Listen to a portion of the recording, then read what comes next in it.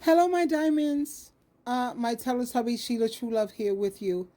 I'm here to talk about, you have a lot of people, and I'm noticing with the millennials, I'm a baby boomer, and I'm noticing with a lot of the millennials and the Generation Z, they're having an issue with people telling them the truth about things. And the first thing that comes to my mind, you know, why did they kill Jesus Christ? Why did they hate Jesus Christ so intensely and so much? They hated him because he spoke the truth. And when I look at these millennials and this new generation Z, they have all of these boundaries. They got all these boundaries set in place. And yet, you notice that the suicide rate is the highest among millennials, Generation Z. You got all your boundaries set in place, but you don't have no relationships that are sustainable or that are working out. Now, I think we should be smart enough to know it's important to have boundaries because it serves as a protection. But when you have boundaries that are unrealistic, check out these millennials, Generation Z, their number one boundary is you're not allowed to disagree with them. You're not allowed to feel differently. And you're not allowed to have an opinion. Now, what is an opinion? An opinion is just an opinion. It's not based on facts. And if it's just an opinion, then we can agree to disagree. I'm a Capricorn. I don't really too much care about opinions. I care about facts. Why? Because I put the work in. I do the research. I look at the stats. I look at the numbers. I look at the statistics. I look at the witnesses. I look at the reviews, et cetera, et cetera. So before I come on to someone to speak to you about something, I'm going to have, trust me, I got my stuff together. And another thing, I don't care about being wrong. Millennials, Generation Z, anytime they're wrong about something, they have these egos. It's insane. They don't want anyone to challenge their ego. I don't have an ego. Let me tell you how I feel when I'm wrong. When I'm wrong about something, I love it. When you can teach me something and you can educate me. Because you see, I get bored too. I get bored with people who are just agree. No, I want to learn something new. So when you can prove me wrong, you know what I do? I want to hug you. I want to give you mad, stupid, crazy kisses. And I want to say thank you so much because you helped to elevate my mind. You helped me to see things from a different aspect. You see, I don't have the kind of brain that these, what? I don't even see things the way these millennials or this Generation Z or certain people psychologically, okay, let's just say psychologically speaking. Libra, I don't see nothing the way you see it. I don't get it. Are you Gemini? What? That means that if you was right about something and I was wrong, because I was listening to a couple of Libras. I can't speak for everyone else. And like I said, I don't believe in astrology, but I do believe in certain psychology of it. And all the Libras, they hate to be proven wrong about something. Instead of them seeing it the way I see it, like I'm so grateful that you brought something new to my attention. They don't see it like that. You know the way they see it? They see it like, well, if I'm right about stuff, that means I'm more superior than you. And what? I was like, really? What? Superior. They use that word a lot. That means that if you're right about something, that means you're superior, and you're right about stuff, and that means that I was wrong, and that makes me inferior, and you do everything that you do to try to feel superior. What? What?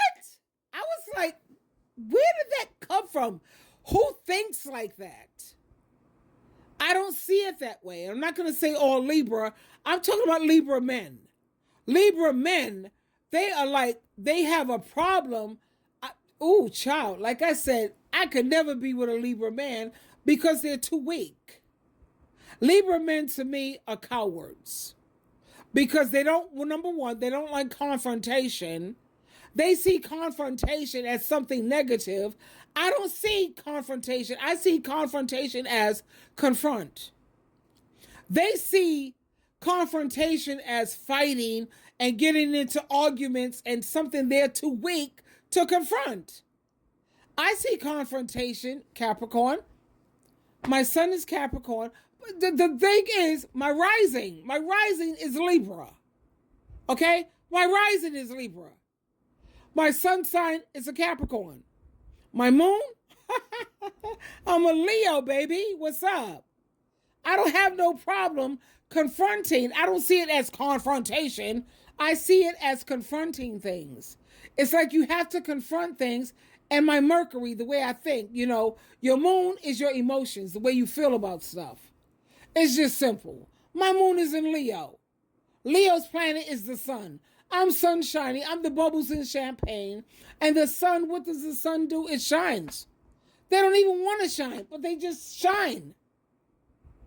My kids, their moon is in Cancer. That's gloom, doom, darkness, negative. Let's all freaking look at the freaking glass as half empty instead of half full. And I'm having issues with my children with this emotional problem because they don't see things the way I see it. They don't feel the way I feel. And with this Libra thing, what? Because I was right about something or you was right about something, that means that you're inferior or somebody's superior. What? The only word I could come up with at this rate, you notice I've been saying, what? Because I don't see nothing. I don't feel nothing the way you see it. I don't feel the way you feel. These Libra men, it's the men, they can't stand to have their ego challenged. They will block you if you're not praising them. The reason why I don't deal with Libra men, because Libra men to me are weak. They're very much people pleasers. They need validation all the time. So when you do the research, and I'm a Capricorn, I do the research. What is the issue with people who constantly need validation? Because they have low self-esteem.